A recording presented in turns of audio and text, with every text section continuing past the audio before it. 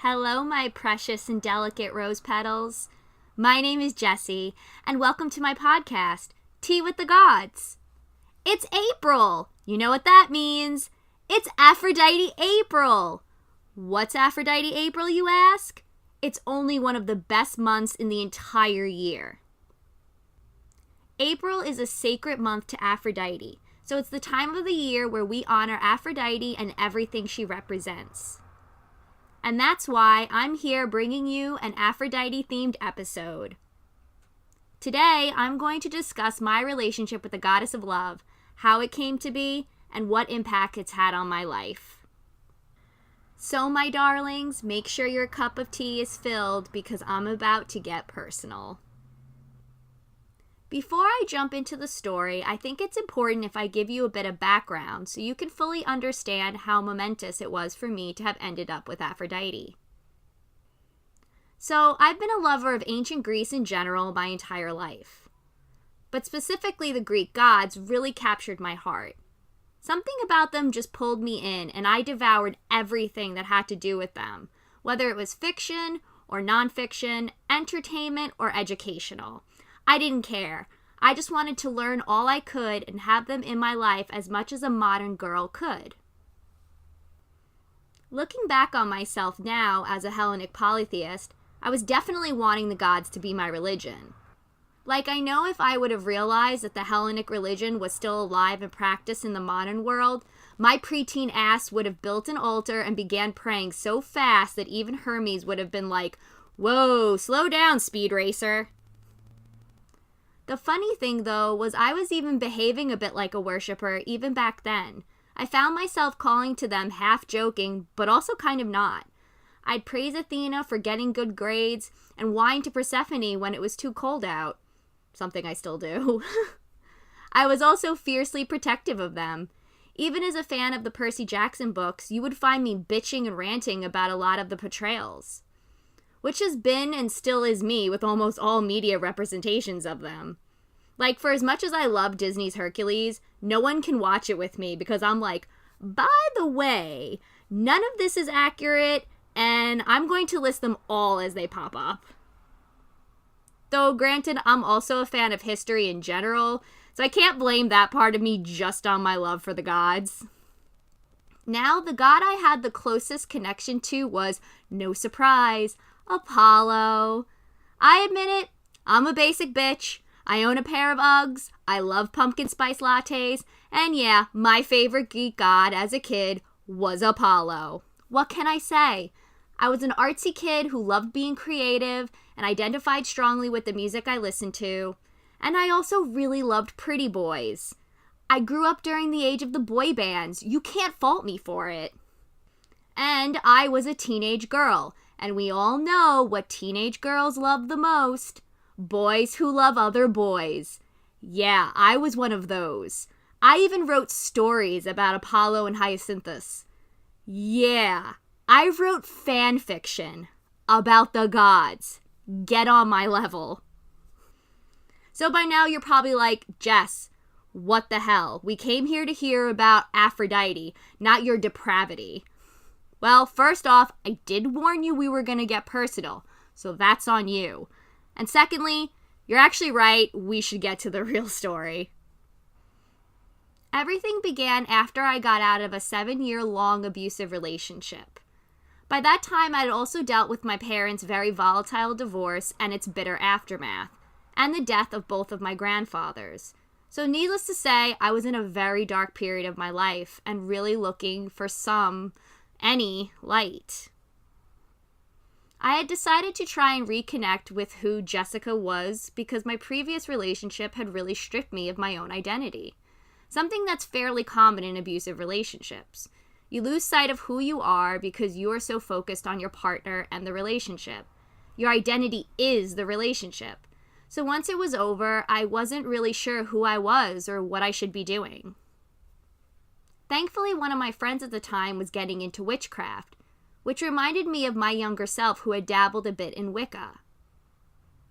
I enjoyed the idea of it, but the structure of Wicca was a little, too structured for my taste. We all know Jessie likes to make her own rules when it comes to her craft and devotion. So I had to let the interest in witchcraft die at the time because I was under the impression that there was no other type of witchcraft. So when my friend helped me rekindle that interest, I discovered the truth about witchcraft and how Wicca is only one way to go about doing it. I created my own Tumblr and began scrolling through the Witchblur community, just soaking in all the information I could, and down the rabbit hole I fell. I don't know if many of you know, but I live on Long Island. If you don't know Long Island, it's the cute little fish-shaped island next to Manhattan. And it's where all the rich people go during the summer when they say they're going to the Hamptons.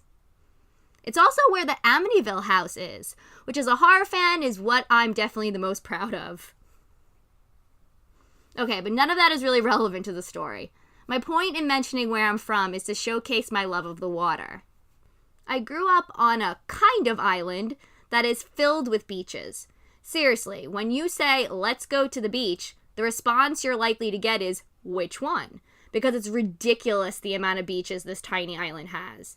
I've lived here for 30 years and still finding new beaches. Long Islanders, for the most part, have a very strong relationship with water.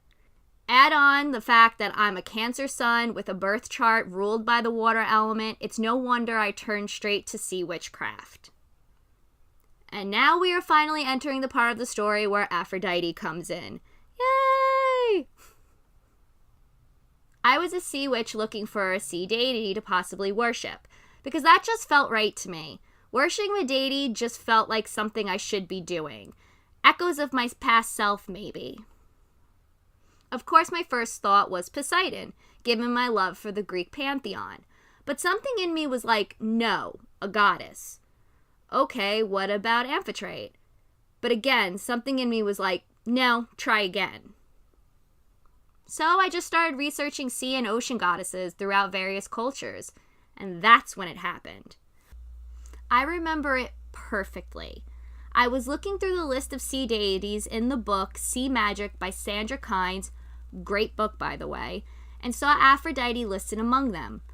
I stopped and stared at it for a moment, puzzled and surprised to see her name. I never knew Aphrodite was a sea goddess. But then I recalled her born from sea foam myth and thought, oh, well that makes sense. I proceeded to try and look at the rest of the list, but there was a nagging in my head that just kept telling me to go back to Aphrodite. Look into her, check her out. She's a Greek goddess of the sea, isn't that what you wanted? But I fought the urge and continue to fight it, even days and weeks later.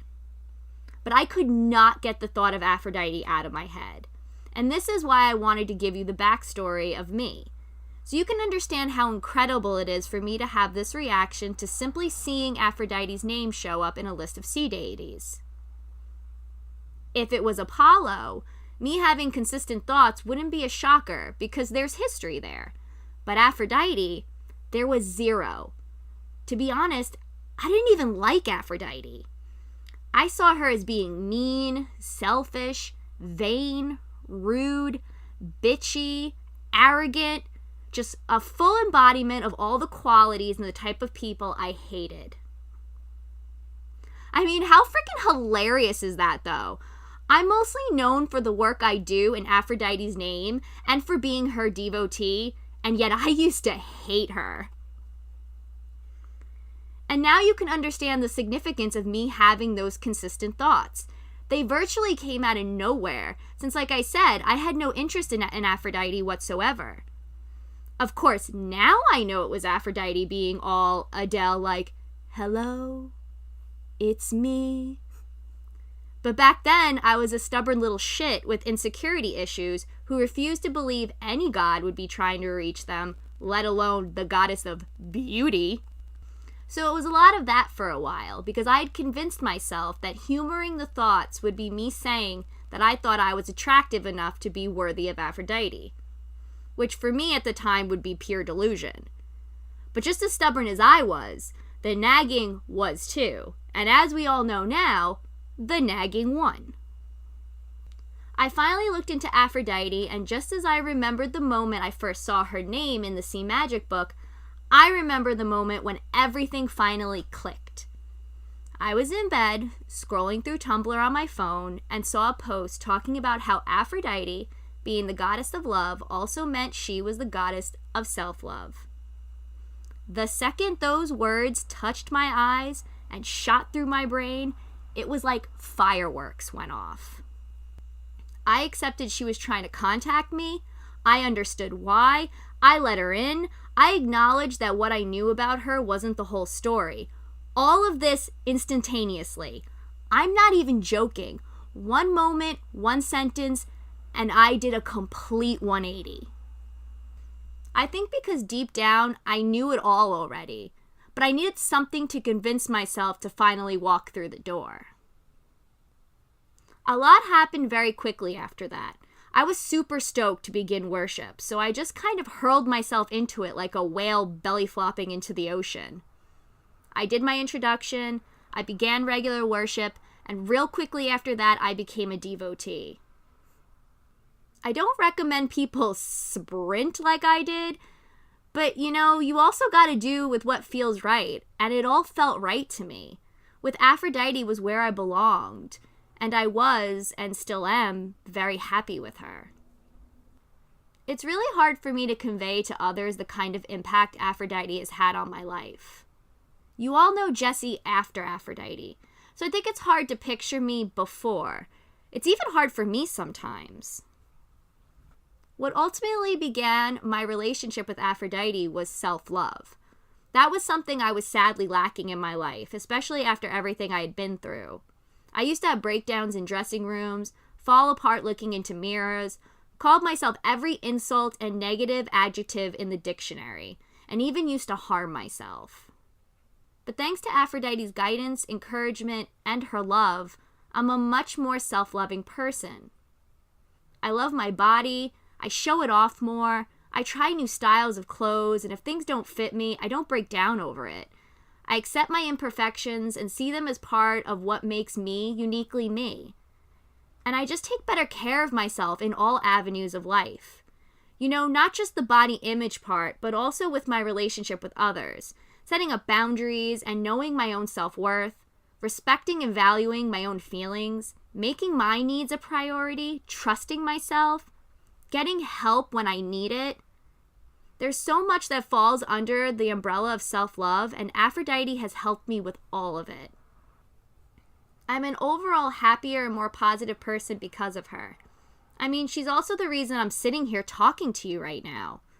Why I have my blog over on Tumblr, where I'm at service to the community doing what I personally believe is Aphrodite's work.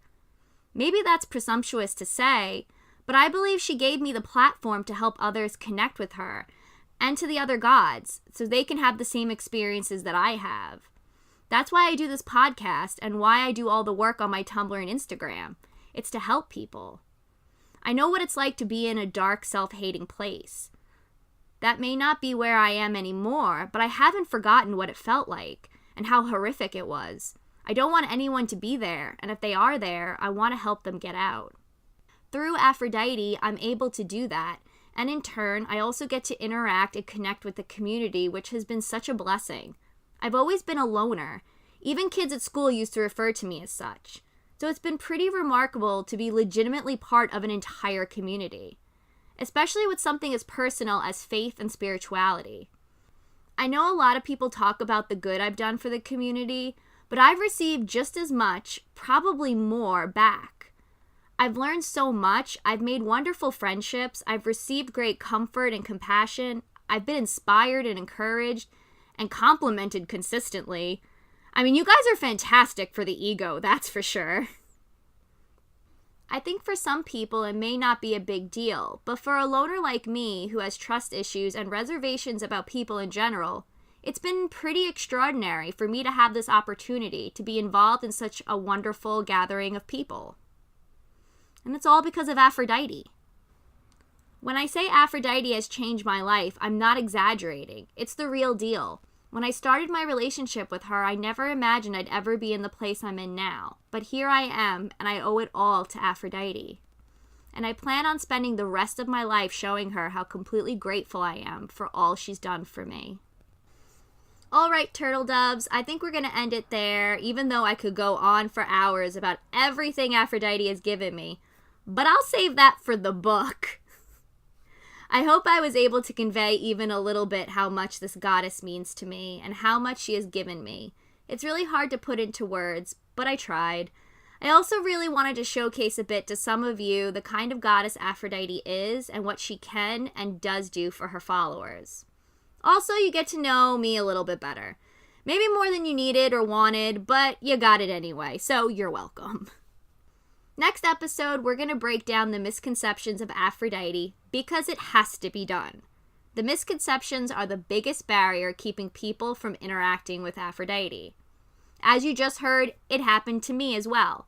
So it's a very personal and important topic for me. So I hope you all look forward to that.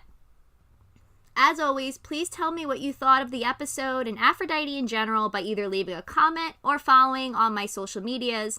I'm the Pastel Priestess on Tumblr, Instagram, and YouTube, and Tea with the Gods on Twitter. Specifically on Tumblr, we're doing a lot of celebration for Aphrodite April, so you can come join in or check it out if you want to know more about Aphrodite. I also have a lot of resources over there specifically for Aphrodite and how to go about worshiping her. And don't be afraid to ask a question or say hi. I just shared some personal shit over tea. We're friends now, so no need to be shy.